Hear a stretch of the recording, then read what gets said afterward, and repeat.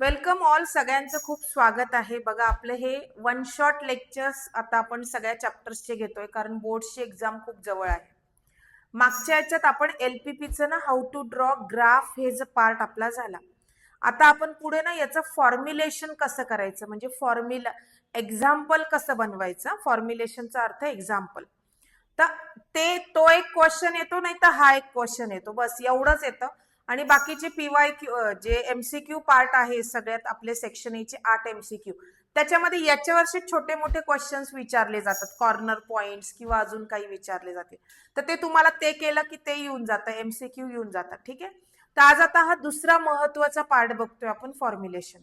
Video शेवटपर्यंत नक्की बघा. आणि जर तुमचा ग्राफ बाकी असेल ना, तर पहिले ग्राफचं हे करा आणि मग ग्राफचा व्हिडिओ नीट स्टडी करा आणि नंतर हा करा, म्हणजे दोन्ही पार्ट तुमचे होऊन जातील. बघा, फॉर्म्युलेशन म्हणजे एक्झाम्पल तयार करायचं, की एलपीपीचं एक्झाम्पल आपण कसं तयार करणार. फॉर एक्झाम्पल मी एक घेतलं example. A company manufactures 2 types of toys A and B. A requires 2 minutes for cutting and 1 minute for assembling. There are 3 hours available for cutting and 2 hours are available for assembling. On selling a toy of type A, the company gets a profit of rupees 10 and that on toy of rupees B is rupees 20. Formulate the LPP to maximize the profit. आता हे एक example ना नीट समजून घेऊ. याच्यावर पूर्ण एक exercise आहे, त्याच्यातले तुम्ही आपोआप करू शकता. म्हणजे हे समजलं ना की ते एक्झाम्पल तुम्हाला आरामशीर येतील. प्रॅक्टिस करा, याचं सम असतंच, हे नाही तर ग्राफ, दोन पैकी एक नेहमी असतंच. व्हिडिओ शेवटपर्यंत बघा, शेअर भरपूर ठिकाणी करा, म्हणजे तुमच्या सगळ्यांच्या कन्सेप्ट क्लिअर होतील. पहिले तर टेबल बनवायचा. टेबलमध्ये आपल्याला सगळी जी इन्फॉर्मेशन आहे ना ती द्यावी लागेल. टॉयज ए आणि बी, ठीक आहे. आणि टॉयजला काय लागणार आहे आपल्याला, बघा इथे देते मी, ए आणि बी, टॉय ए अँड बी. आणि त्याला लागणार आहे कटिंग आणि असेंबली. क्वेश्चन वाचत जायचं आणि इन्फॉर्मेशन, हे एक्झाम्पल खूप इंटरेस्टिंग आहे. फक्त तुम्हाला क्वेश्चन वाचायचं आणि इन्फॉर्मेशन फिलअप करत करत जायचं.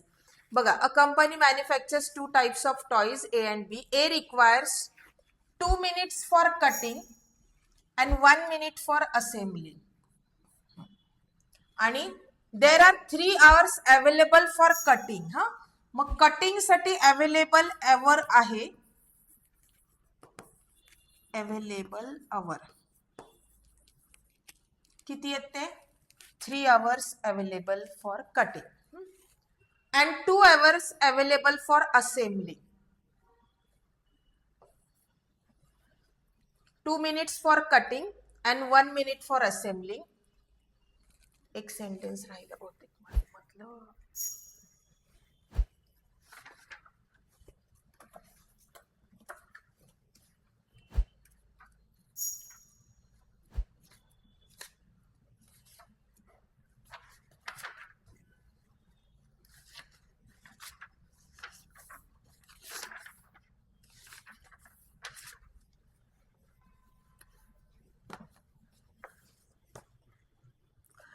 आणि पुढे बघा, each toy of B requires 3 minutes for cutting and 4 minutes for assembling. 3 hours available for cutting and 2 hours available for assembling. इथे बी चं लिहायचं राहिलेलं होतं, ते मी इथे तुम्हाला सांगितलं. बी साठी काय लागणार आहे, 3 hours कटिंग साठी आणि 4 hours असेंबलिंग साठी लागणार आहे. आता कटिंग साठी अवेलेबल आवर्स आहे 3 आणि असेंबलिंग साठी अवेलेबल आवर्स आहे 2. तर आपल्याला काय करायचंय बघा, formulate the LPP to maximise the profit. हा जो क्वेश्चन आहे ना, याचा म्हणजे ही जी इन्फॉर्मेशन आहे ना, याचा एलपीपीचा क्वेश्चन तयार करायचा आहे टू मॅक्सिमाइज द प्रॉफिट, म्हणजे प्रॉफिट मॅक्सिमाइज झालं पाहिजे. आता बऱ्याच ठिकाणी ना असं असतं की शेवटी मॅक्सिमाइज किंवा मिनिमाइज देत नाही, तर ते आपण थोडंसं विचार करून आपल्याला लिहावं लागतं. जर प्रॉफिट असेल तर नेहमी आपण मॅक्सिमाइज घेतो, लॉस असेल तर मिनिमाइज घेतो. म्हणजे आपल्या त्या तिथे काय सिच्युएशन नुसार आपण मॅक्सिमाइज किंवा मिनिमाइज ठरवायचं. ठीक आहे.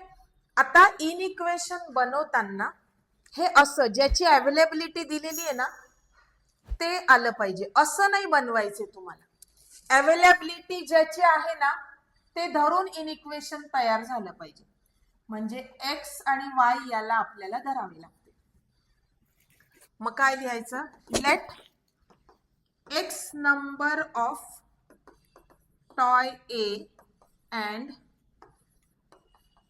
y number of toy B be manufactured by the company.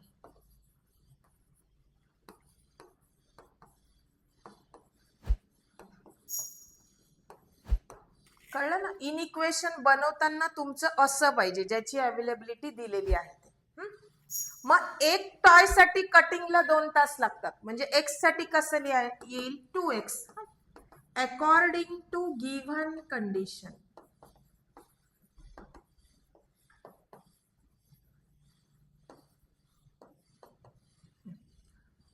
x plus 3y. आता अवेलेबल एवढंच आहे, 3 आवर्सच अवेलेबल आहे. मग त्याच्यापेक्षा जास्त नाही व्हायला पाहिजे ना. म्हणजे हे जे येईल ते येईल less than or equal to 3. नंतर याचं असेंब्लिंगचं बघा, x plus 4y less than or equal to 2. ठीक आहे. नंतर हे झाल्यानंतर तुम्ही काय लिहिणार बघा, हे दिलेलं आहे. आता अजून याच्यामध्ये एक्स आणि वाय दोनच इन इक्वेशन तयार झाले, कारण इन्फॉर्मेशन तेवढीच होती आपल्याला. आता एक्स आणि वाय नंबर ऑफ टॉईज आहे, ते कधी निगेटिव्ह असतील का? नाही. Therefore x greater than or equal to 0, y greater than or equal to 0.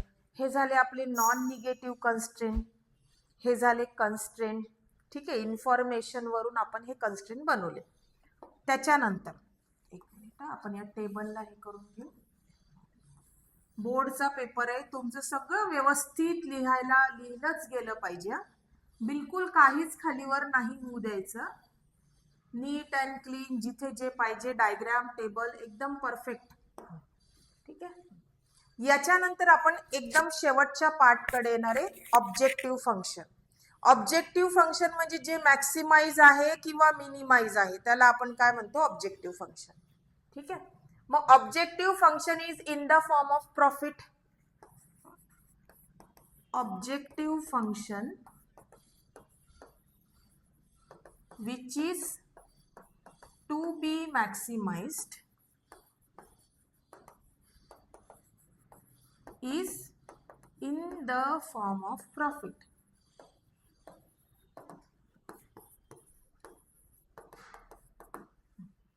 मग बघा, प्रॉफिट ए टॉय साठी किती आहे? ₹10. एका म्हणजे एक ए जर घेतला, ए टाईपचा जो टॉय आहे तो घेतला तर ₹10 प्रॉफिट आहे. मग एक्स घेतले तर 10x.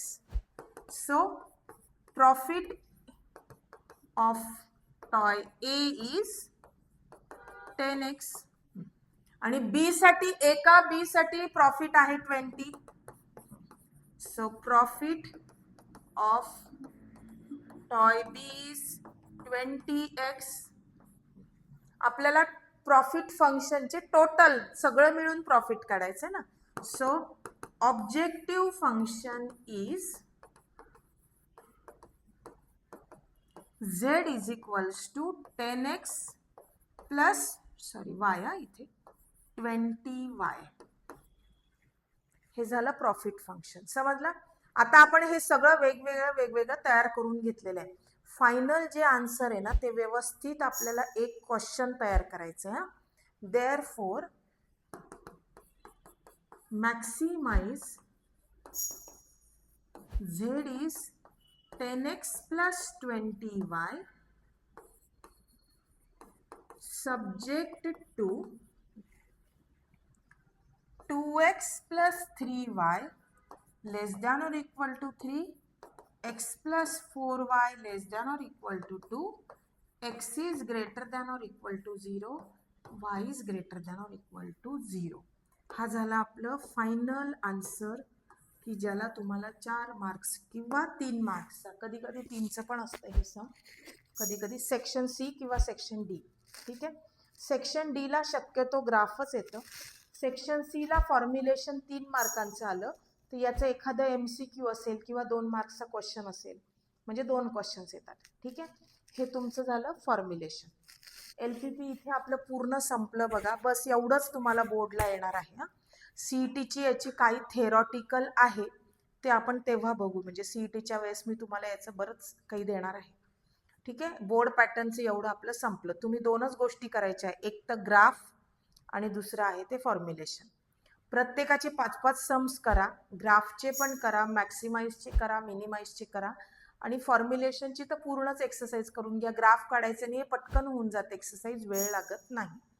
ठीक आहे, चला व्हिडिओ आवडला असेल तर लाईक शेअर सबस्क्राईब करा आणि भेटूया पुढच्या व्हिडिओमध्ये नवीन चॅप्टरसाठी.